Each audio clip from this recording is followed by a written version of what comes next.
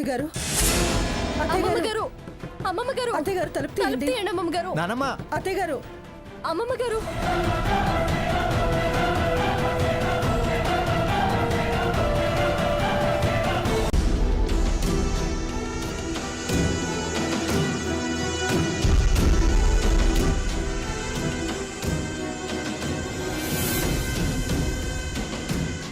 అమ్మమ్మగారు అమ్మమ్మగారు అత్తయ్యగారు తలుపు తలుపు తీయండి. తీయండి అమ్మమ్మగారు నానమ్మ అత్తయ్యగారు అమ్మమ్మగారు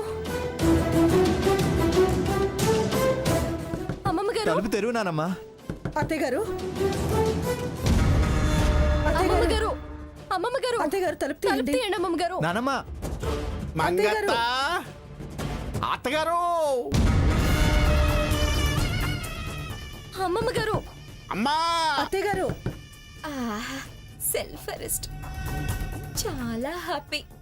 ఇల్లు ప్రశాంతంగా ఉంటుంది. అత్తయ్యగారు తలుపు తీయండి. అమ్మమ్మగారు తలుపు తీయండి అమ్మమ్మగారు వీళ్ళు పిచ్చి మాలోకాలు. ఎందుకు ఆవిడ్ని బతిమలాడతారు?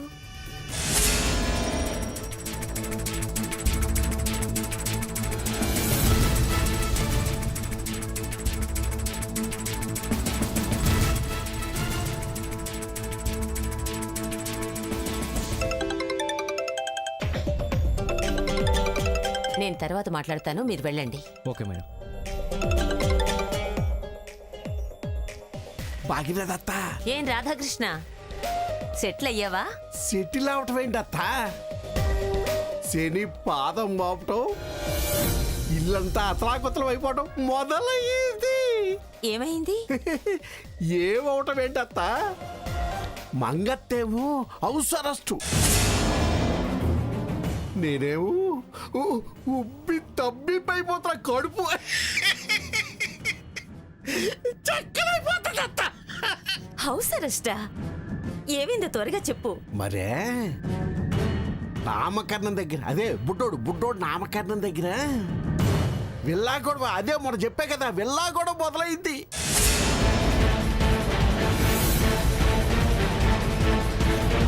వీడికి ముందుగా ఫస్ట్ గిఫ్ట్ వాళ్ళ నాన్నే ఇవ్వాలి. శ్రీమతి పిఠాపురం మంగమ్మ గారు చిరంజీవి మహోన్నత్ వర్మకు నామకరణ మహోత్సవ సందర్భంగా గిఫ్ట్ గా ఇచ్చారు. ఏదో మార్పు జరిగింది. విల్లా కొన్నది మేము. నీ తప్పుడు ఆలోచనల మీద నేను విరుచుకుపడాలి. మేమొచ్చేదాకా ఆగావంటే దాని అర్థం అదేనే. నా చావు వాయిదా పడదు.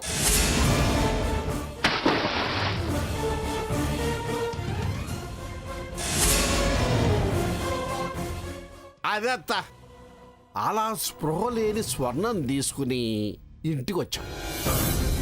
ఆ సిట్యువేషన్లో రిటైర్డ్ జడ్జి జగన్నాథ మావయ్య పులిలాగా కాండ్రించాడు. రోజు రోజుకు దీనికి ఎక్కువైపోతుంది. ఇక దీని సాగుబాటు చల్లదు. ఈ ఇంటి పెద్దగా, దానికి భర్తగా ఇవాటి నుంచి దాని అధికారాన్ని, పెత్తనాన్ని రద్దు చేస్తున్నాను. నానమ్మ గ్రాని అత్తయ్యగారు అమ్మమ్మగారు ఆపండి. అత్తయ్యగారు వరుస లేవు, పిలుపు లేవు. నాతో ఎవరు మాట్లాడద్దు. పండవతలకి. అత్తయ్యగారు అమ్మమ్మగారు గ్రాని నానమ్మ మంగత్త అలిగింది. చీపండని గదిలోకి పోయి తలుపును దబాయించింది. లోపల పులి మౌనం, బయట పిల్లిలు మేకలు మ్యావ్ మ్యావ్ మ్యావ్ అని అరుస్తున్నాయి. అమ్మమ్మగారు అమ్మమ్మగారు అత్తయ్యగారు తలుపు తలుపు తీయండి. తీయండి అమ్మమ్మగారు నానమ్మ అత్తయ్యగారు శుభవార్త చెప్పావయ్యా. ఇదిగో చూడు, ఆ గొడవ చల్లారనివ్వకు, జడ్జి గారిని తక్కనివ్వకు. ఈ దెబ్బతో ఆ మంగ పొగరు అడగాలి. ఇప్పుడు ఉపవాసాలుండి అది మంచం పట్టాలి. మనం ఆ ఇంట్లో మకాం వెయ్యాలి. ఎప్పటికప్పుడు బ్రేకింగ్ న్యూస్లా నువ్వు చెప్తూనే ఉండు. వార్తకి నీకు పారితోషికం పెంచుతూనే ఉంటాను. ఆ, నువ్వు చెప్పాలా ఏంటత్త? నేను మనసులో తెలీదు అత్త. పాపానికి రేట్లు పెంచుకుంటూ పోతావు. నక్షత్రకు నేనున్నాగా, నేను చూసుకుంటాగా అత్త, నీకెందుకు భయం? మంచిది, వీలైనంత ఊదు, మంట మాత్రం ఆరకూడదు. సరే అత్త, నేనుంటా. ఓకే. మంగత్త దగ్గర 1 ఎకరం, భాగీరథ దగ్గర 1 ఎకరం, ఈ 2 ఎకరాల అమరావతిలో సెట్ చేస్తే రాజధానిలో 2 ఎకరాలు బడి ఉంటాయి.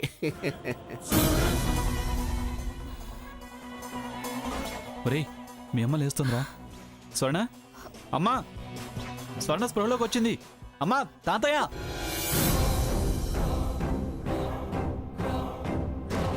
తాతయ్య. స్వర్ణ సకేత్ స్వర్ణ ఏంట్రా? స్వర్ణ స్పృహలోకి వచ్చింది తాతయ్య. స్వర్ణ నేను ఇక్కడున్నానంటే స్వర్గంలో కదా ఉండాల్సిందే. నన్ను ఎవరు కాపాడారు? నీ అదృష్టం బాగుండి నా కర్మ కాలి నేనే సీత కోసం కాపాడాల్సి వచ్చింది.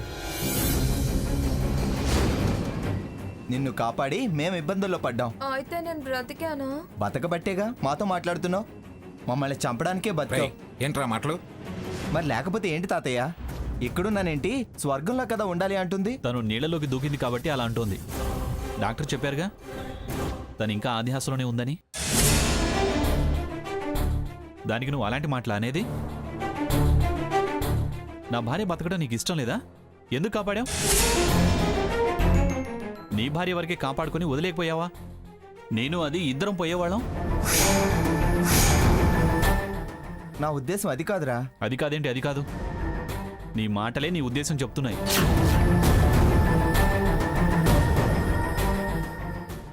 ఏమే, నీకు అసలు బుద్ధుందా? అలా నీళ్ళల్లో దూకడం ఏంటే? అయినా అమ్మమ్మ గారు ఏం తప్పు చేశారని ఇంతగా తెగించాల్సి వచ్చింది? నా కొడుకు అనేదానివి మరి వీడిని తల్లి లేని పిల్లాన్ని చేద్దాం అనుకున్నావా? చచ్చి ఏం సాధిద్దాం అనుకున్నావే? ఏంటో అక్క, ఆ క్షణం ఆ ఆవేశం అలా చేయించింది. బ్రతుకు మీద విరక్తి కలిగింది. విరక్తి కలిగేంతగా ఏమైంది? ప్రతి దానిలోనూ తొందరపాటేనా? మాకు అన్యాయం చేసి వెళ్ళిపోదాం అనుకున్నావా స్వర్ణ? తప్పైపోయింది బావా. ఆ క్షణం నేనేం ఆలోచించలేదు. నువ్వెప్పుడు ఏ విషయంలో ఆలోచించావు గనక ఆ క్షణం ఆలోచించడానికి. పనికి మళ్ళీ రోషాలు పౌరుషాలు ప్రాణాలు తీసుకోవాలని చూస్తారా ఎవరైనా? సారీ అక్క. దేవుడు మేలు చేశాడు, గండం గడిచింది, తను మనకి దక్కింది. ఇక ప్రశాంతంగా ఉండనేయండి. దీనివల్ల అమ్మమ్మ గారు మీరు విడిపోయారు. ఇంకేం ప్రశాంతత ఉంటుంది ఈ ఇంట్లో?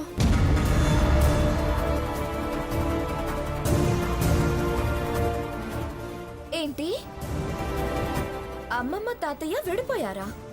అవునమ్మా, మంగత్తికి మామూలు కోపరాలా ఉగ్ర రూపం దాల్చింది. కళ్ళు నిప్పు కడికిలాగా మారిపోయి పళ్ళు పటపట నూరు జరిగి నేను దొరచు చచ్చానంతే.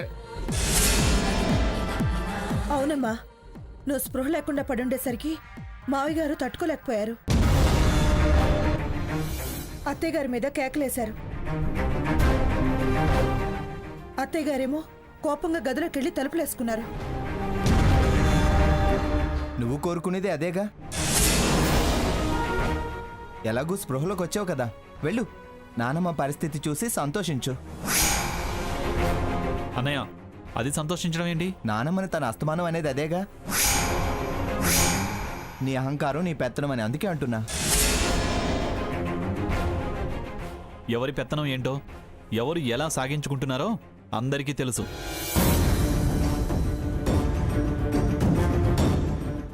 కాకపోతే స్వర్ణ బయటపడిందంతే. దానికి తనొక్కదాన్నే తప్పు పట్టాల్సిన అవసరం అస్సలు లేదు. తప్పొప్పుల గురించి ఇప్పుడు చర్చ అవసరమా? ముందు అమ్మమ్మ గారిని ఎలా బయటికి రప్పించాలో, ఎలా ఆవిడ కోపాన్ని తగ్గించి మామూలు మనిషిని చేయాలో దాని గురించి ఆలోచించండి. అసలే ఆరోగ్యం అంతంత మాత్రం. బీపీ ఎక్కువ. వేళకు తిండి తినకపోతే, మందులు వేసుకోకపోతే తర్వాత మనమే బాధపడాల్సి వస్తుంది. ఎలాగైనా ముందు అత్తయ్య గారిని బయటకు వచ్చేలా చేయండిరా. ఒకేలాంటి హరి అందంటే గోయిందా మంగతో మంగత్త రేయ్! ఇంతంత పెద్ద బొట్టు రేయ్, సోది! అమ్మోర్లాగా. అబ్బా! ఏంట్రా పడుకోతలో మంచిగా మాట్లాడటం రాదా నీకు? ఆవిడ కాకపోతే మీకు బీపీ టాబ్లెట్లు ఇచ్చేవాడు. ఎవరి వల్ల ఇదంతా జరిగిందో, ఎవరి కారణంగా తాతయ్య నాన్నమ్మని అరవాల్సి వచ్చిందో వాళ్లే సముదాయించాలి. బతిమలాడి బయటకు తీసుకురావాలి. అంటే నేను దాన్ని తప్పయింది, కాళ్ళు పట్టుకుంటాను, రామంగా నా మంగ తయారు అని బతిమలాడమంటావా? నేను నిన్నేం అనడం లేదు తాతయ్య, మూల కారకుల గురించి అంటున్నా. నువ్వు అనేది నన్నేనా బావా? అవును, నిన్నే. మనుషుల్ని బాధ పెట్టినంత తేలిక కాదు సముదాయించడం, అందులోనూ నానమ్మ కోపం తగ్గించడం అంత తేలిక కాదు. ఎవరో ఒకళ్ళు అంటూ బాధ్యత అంతా ఒకళ్ళ మీదే వేయడం ఎందుకు? మనం అందరం కలిసే ప్రయత్నం చేద్దాం. అన్నీ నెత్తినేసుకోవడానికి నువ్వు రెడీగా ఉంటావుగా, కానివ్వు. ఇది నెత్తినేసుకొని నానమ్మను బయటికి రప్పించు. చెల్లెలి తప్పులు నువ్వు మోయడం నీకు అలవాటేగా. ఇప్పుడు ఏంటి? నేను చేయబట్టే అమ్మమ్మ తాతయ్య గొడవ పడ్డారు అంటారు. నా కారణంగానే ఆవిడ గారు అలిగి గదిలో బిడాయించి కూర్చుంది అంటారు. ఆవిడ్ని బయటికి తీసుకురావాల్సిన బాధ్యత నాది అంటారు. అవును, నీదే బాధ్యత. బతిమలాడతావో తలుపులు బద్దలు కొడతావో నీ ఇష్టం. నానమ్మ బయటికి రావాలి, అందరితో మాట్లాడాలి. సరే, అయితే నేనే రప్పిస్తాను. బ్రతిమలాడను, గడియ బద్దలు కొట్టును, తనంతట తానే బయటికొచ్చేలా చేస్తాం. అలా రప్పించకపోతే నేను రామచంద్రయ్య మాస్టర్ కూతుర్నే కాను. ప్రతిజ్ఞలు కాదు, పని కావాలి. నానమ్మను సముదాయించడం అంత తేలిక కాదు. అవునో కాదో నువ్వే చూద్దు గాని బావా. బావా, బుజ్జిగన్నిటి.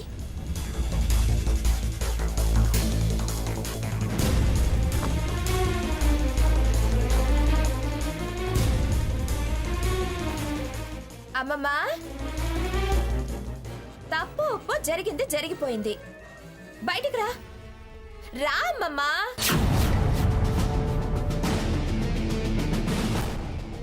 మీరు పిలవండి. బాధ్యత నాదన్నావు, ఇక్కడ కూడా పంచాయతీలేనా? తమరు కాస్త ఆగుతారా? గ్రానీ ప్లీజ్ బయటికి రా గ్రానీ. అత్తయ్య గారు బయటికి రండి. మంగ రా బయటికి.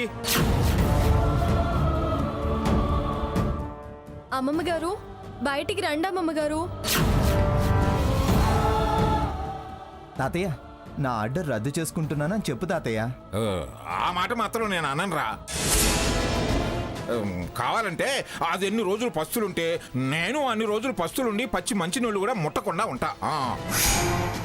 అవసరం లేదు. ఎవరు పస్తులు, ఉపవాసాలు, పూజలు, ఈ బ్రతింలాటాలు, ప్రాధేయ పట్టాలు చేయాల్సిన అవసరమే లేదు. తానే బయటకు వస్తుంది. ఏయ్, నీకేమైనా పిచ్చా? ఎలా వస్తుందే? ఇలాంటి ఎత్తులు మా మంగత్త దగ్గర ఏం పనికిరావు. నేను రప్పిస్తాను, కానీ మీరు నాకు సపోర్ట్ చేయండి. సపోర్ట్ చేయాలా అంటే నువ్వు కరెక్ట్, నానమ్మ తప్పు అనాలా? ఆ విషయంలో కాదు, ఈ విషయంలో. ఏం చేయమంటావు? నా మాట ఈ కాసేపు వినండి. నానమ్మని బయటికి రమ్మనకుండా మమ్మల్ని రండి అంటావే? Shush, shush. మీరు కూడా నాతో పాటు రండి. అమ్మో అమ్మో, దీనికి అన్ని నా బుద్ధులే వచ్చాయి. పిల్లాన్ని ఎరేసి సొరసేపు లాగుద్దా? రండి రండి రండి, పదండి.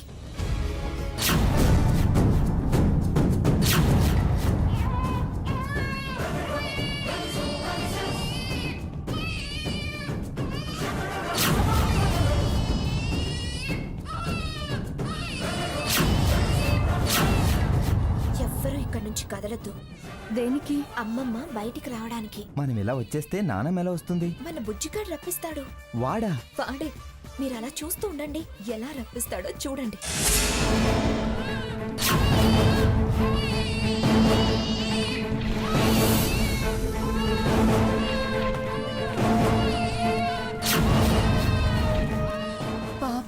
వాడు ఏడుస్తున్నాడే, గుక్కు పట్టాడు కూడా.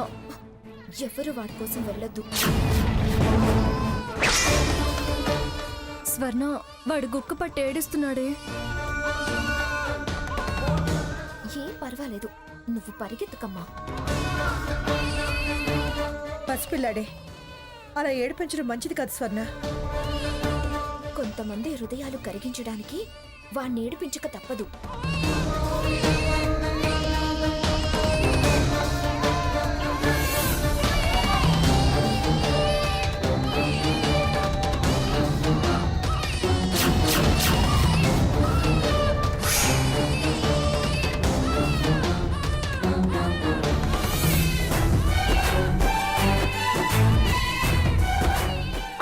అయ్యో అయ్యో, ఓ నాన్న, నా బంగారు తండ్రి, అమ్మో, ఊరుకున్నానా, ఊరుకున్నానా, అయ్యో, నేను ఇలా వదిలేసి వెళ్ళారా బంగారం? ఏయ్, ఎక్కడ చచ్చారే? పిల్లాన్ని ఇలా నట్టింట్లో వదిలేసి అందరు ఎక్కడికి పోయారు? చెవుల్లో సీసం పోసుకున్నారా? పసిపిల్లాడి ఏడుపు మీకు వినిపించట్లేదా? ఏ రాచకార్యాలు చేస్తున్నారు? ఏం రహస్య మంతనాలు వెలగబెడుతున్నారు? కొత్తగా ఏం పాచికలు వేస్తున్నారా? ఓ నాన్న, ఊరుకో ఊరుకో.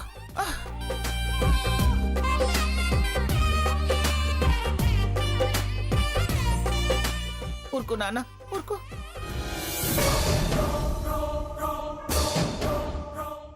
ఏమయ్యా పెద్ద మనిషి, నా పెత్తనం రద్దన్నావు, నీ పెత్తనమే సాగాలన్నావు.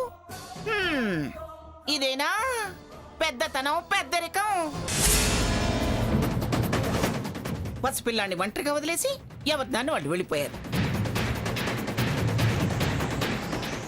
ఏదో తంబడ దొరతనం అన్నారుగా, దీన్ని అంటారు మరి. ఛీ, ఒక్క గంట గదిలో ఉండేసరికి పిల్లాడు గుక్కపట్టి ఏడ్చేలా చేశారు. ఏరా రాధాకృష్ణ, నువ్వెక్కడ చచ్చావు? వంటింట్లో భోజనం. హలో, వాడు ఏడ్చింది నీ కోసం, మా కోసం కాదు. పొలోమంటూ బయటకు వచ్చింది కాక నా మీద విరుచుకుపడతావే? అంత పిల్లోడి మీద ప్రేమ ఆపేక్ష ఉన్నదానివి గదిలోకి దూరి తలుపులు ఎందుకు బెడాయించుకున్నావు? తాతయ్య గారు, మీరు ఆగండి. మళ్ళీ అమ్మమ్మ గారికి కోపాన్ని తెప్పించకండి. లేకపోతే ఏమిటమ్మా, దొరికిందే సందని సాధిస్తుంది సాధింపులు. తాతయ్య ఊరుకోమందిగా, ఊరుకో. అమ్మమ్మ గారు, మిమ్మల్ని బయటికి రప్పించాలనే కావాలనే స్వర్ణ వాణ్ణి ఇక్కడ ఒంటరిగా వదిలి మమ్మల్ని అందరినీ పక్కన నించోబెట్టింది. అవునత్తయ్య గారు. ఓహో, ఇది నాటకమేనా? నాటకం కాదమ్మమ్మ గారు. మీరు అలా కోపంగా ఉండడం, మా మీద అలగడం మాకిష్టం లేక, మనసుకి కష్టంగా తోచి. స్వర్ణ, ముందు అమ్మమ్మ గారికి క్షమాపణలు చెప్పు. కాళ్ళు పట్టుకొని తప్పైంది, ఇంకెప్పుడు తొందరపాటుగా వ్యవహరించును అని చెప్పు. అమ్మమ్మా, కోపం వచ్చిందా? ఏంటమ్మా అంతలా సాగదీస్తున్నావు? అయ్యో, కోపం వచ్చింది కదా అని లాలనగా పిలిచాను. నీ లాలన పాలన నక్క వినయాలు ఇక ఆపు. నువ్వు అంత దీర్ఘం తీసావు అంటే దాని వెనకాల మరో అర్థం ఏదో ఉండే ఉంటుంది. అర్థం లేదు, పదార్థం లేదమ్మమ్మా. తప్పు చేశానుగా, అందుకే అలా అన్నాను. ఏదో చిన్న పిల్లని, తెలియనితనమో తొందరపాటు, పరిగెత్తాను, పడ్డాను. నీళ్ళల్లో పడ్డాను అనుకున్నాను, కానీ ఇలా మంచం మీద పడతానని అనుకోలేదు. నువ్వు అనుకున్నట్టు కావాలనుకుని పడ్డది నిజమే. బావ రక్షించాను అన్నాడు. అప్పుడు తెలిసింది పొరపాటు చేశాను అని. క్షమించమ్మమ్మా. ఏమిటి క్షమించాలా?